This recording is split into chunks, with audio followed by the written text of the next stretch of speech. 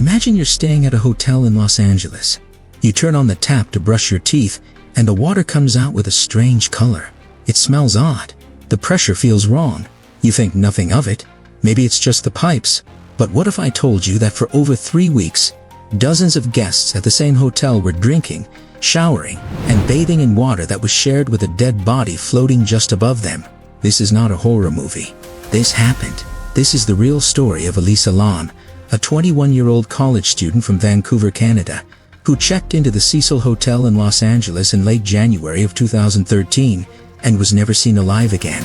Her disappearance launched one of the most bizarre, disturbing, and deeply unsettling mysteries in modern American crime history. There was one piece of footage, just one, and it changed everything. A hotel elevator camera captured Elisa acting in a way that no one could explain. She was pressing buttons, hiding in corners, stepping in and out of the elevator, waving her arms, and appearing to talk to someone who simply was not there. The elevator doors would not close, and then she walked away and vanished. Weeks later, when the hotel staff finally climbed to the rooftop to check the water tanks, they found her. Her body was inside one of the large sealed water storage tanks, floating in the same water that every guest in the building had been using for almost a month. There was no clear explanation. There was no definitive answer. And years later, the questions still haunt people around the world. What really happened to Elisa Lam inside the Cecil Hotel? Stay with me because this story goes much deeper than you think. To understand what happened, you first need to know who Elisa Lam was as a person. She was not a troubled girl. She was not reckless. She was a young woman full of curiosity, creativity, and a deep love for life. She was born in Hong Kong and raised in Vancouver, British Columbia, and she was studying at the University of British Columbia. She had dreams, plans, and a blog where she shared her thoughts, her favorite books, and photographs from her travels. Elisa had been open about her mental health struggles. She had been diagnosed with bipolar disorder and depression. She was managing her condition, taking medication, staying connected with her family. By all accounts from those who knew her, she was thoughtful and warm. She was the kind of person who noticed beautiful things and wanted to share them with the world. In January of 2013, she decided to go on a solo trip along the west coast of the United States. It was supposed to be a journey of adventure and self-discovery. She wanted to visit San Diego, San Francisco, and Los Angeles. She was excited. She was posting updates on her social media as she traveled. And when she arrived in Los Angeles, she checked into the Cecil Hotel, which offered budget-friendly rooms in the downtown area. She did not know the history of the place she was walking into. Almost nobody did.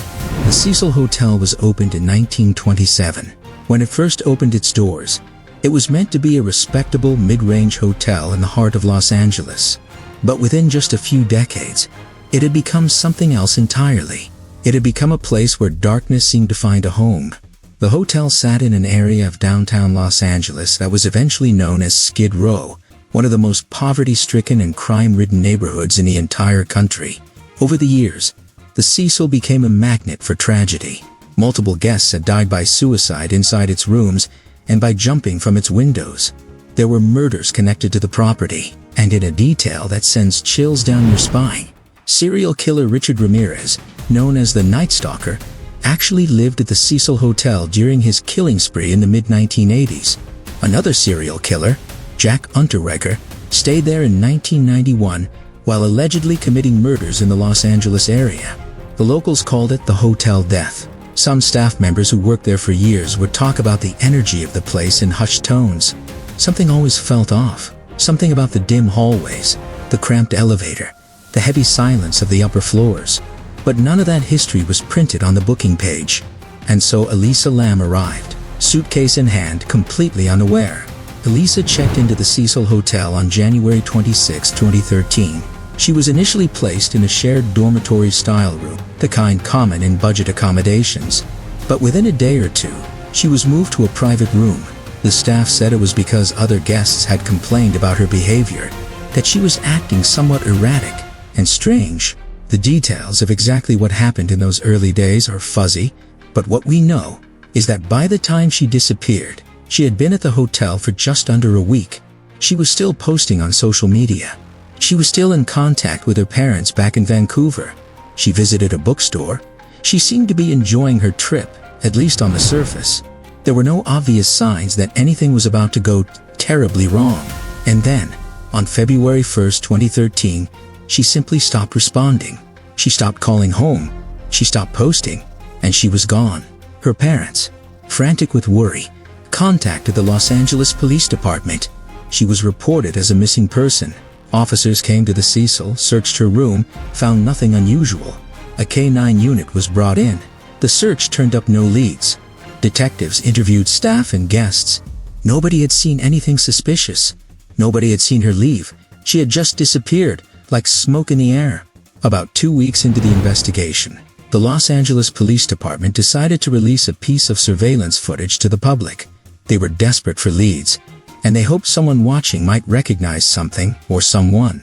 What they released was a 2-minute, 14-second clip from the hotel elevator on the night Elisa was last seen. And from the moment it was uploaded, it became one of the most watched and most debated videos in internet history. The footage is in black and white.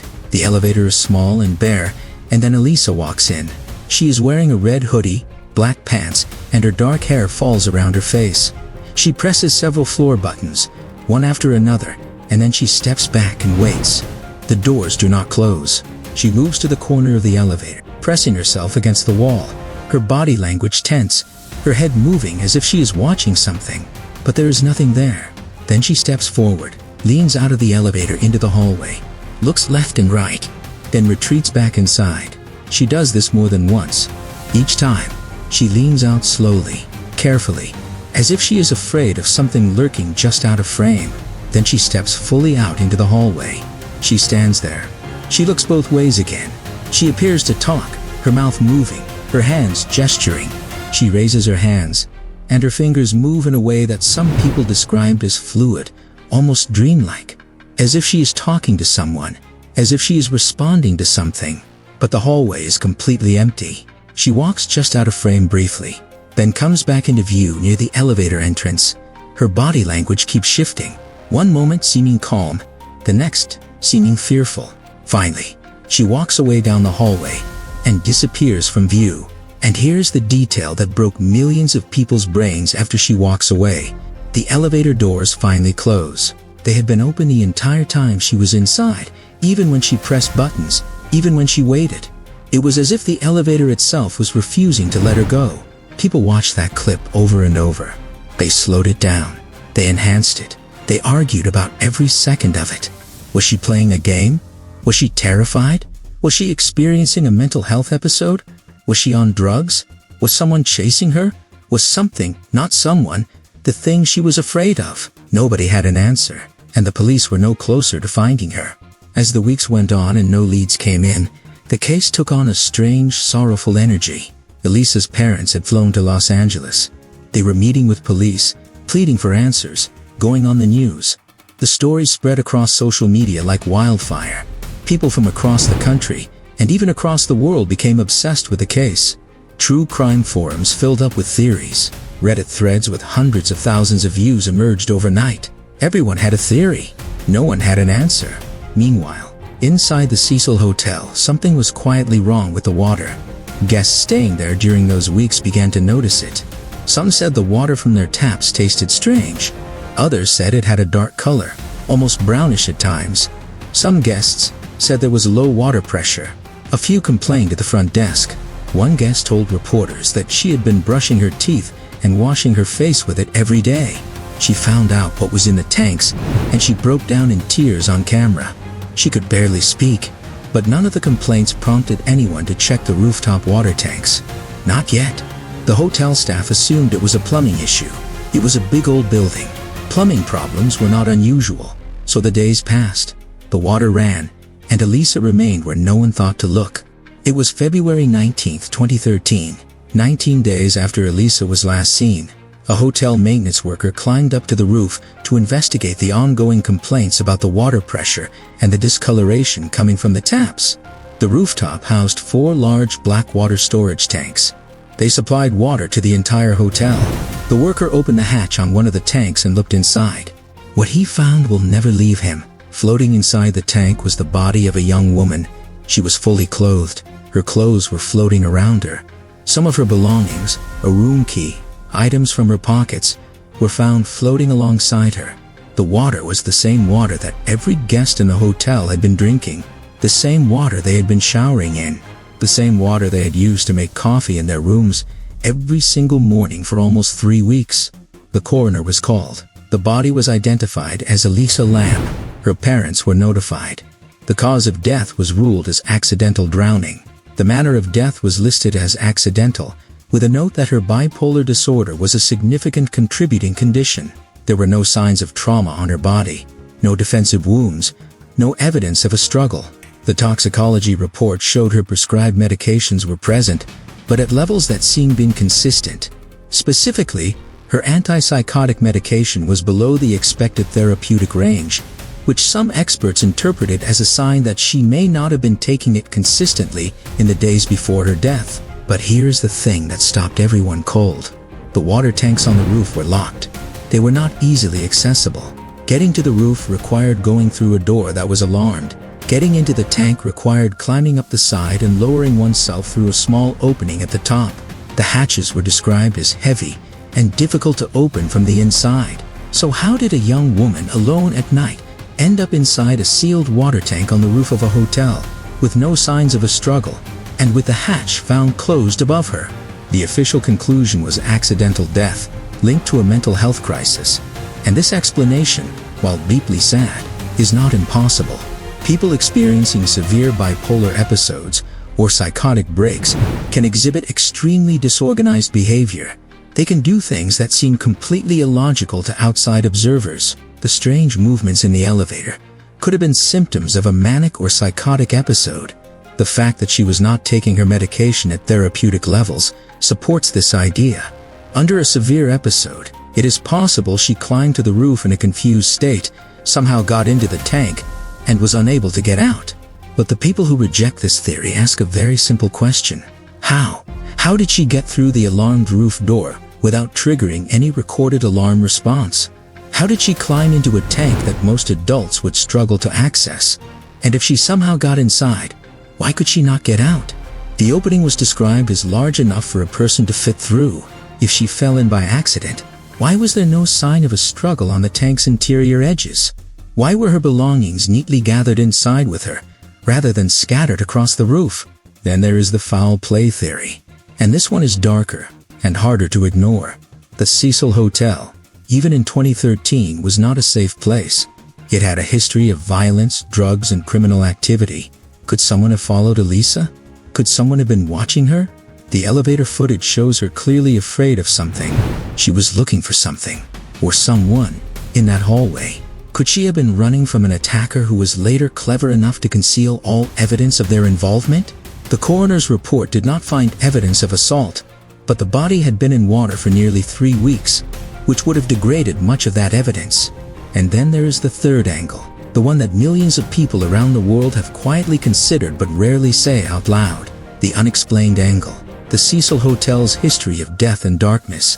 The way the elevator behaved, refusing to close, as if something was wrong. The way Elisa moved, graceful and terrified at the same time, gesturing at empty space. There was a tuberculosis test called the Lam-Elisa test. And during this very same period, there was an outbreak of tuberculosis in the neighborhood, immediately around the Cecil Hotel. Some people saw this as too strange, too coincidental. Others saw it as nothing more than a cruel alignment of names. But the internet ran with it, and the story took on a life of its own. A horror movie called Dark Water had been filmed at the Cecil. The plot involved a body found in a rooftop water tank. It had been released years before Elisa's death. Some people saw this as a disturbing coincidence. Others saw it as something more. Nobody could prove anything either way. Years have passed now. The Cecil Hotel has been rebranded and renovated. A Netflix documentary was released in 2021 that brought the case back into the spotlight and introduced it to an entirely new generation of viewers. But the core questions remain unanswered. The official verdict stands: accidental drowning during a mental health crisis. And yet, the how of it all remains deeply, frustratingly unclear. How did she get through that alarm door without any record of the alarm being triggered? If the alarm malfunctioned, why was that never investigated thoroughly? Why was the roof, a restricted area, accessible at all. Why did it take 19 days for anyone to check the water tanks, even when guests were complaining about the water quality for weeks? Why were no other surveillance cameras from the rest of the hotel released to the public? Was there more footage that could have shown what happened after she left that elevator? These are questions that the official investigation never fully answered, and they are questions that refuse to go away. Elisa Lam came to Los Angeles looking for something beautiful. She was a young woman with a camera, and a journal, and a heart full of wonder. She wanted to see the ocean, and browse bookstores, and feel the California sun. She deserved to do all of that. She deserved to go home to her family. She deserved a long, full life. Instead, she became a mystery. Her face became a viral image. Her final moments became a subject of endless debate. And the Cecil Hotel, which had swallowed so many souls over the decades, added her name to a list it should never have had. What truly happened to Elisa Lam in those final hours? The honest answer is we do not know. We may never know. And that uncertainty, that terrible haunting gap between what we know and what we cannot prove, is what keeps this case alive in the minds of everyone who has ever watched that elevator footage and felt something cold move through them. She was real. She was a daughter. She was a traveler. She was a dreamer. And somewhere between that elevator and that rooftop water tank, something happened that the world has not been able to explain. Maybe it never will. But we owe it to her to keep asking the question, because the answer, whatever it is, belongs to her. Thank you for watching True Crime Story USA. If this story affected you, share it with someone. And if you have a theory about what really happened to Elisa Lam, drop it in the comments below. I read every single one.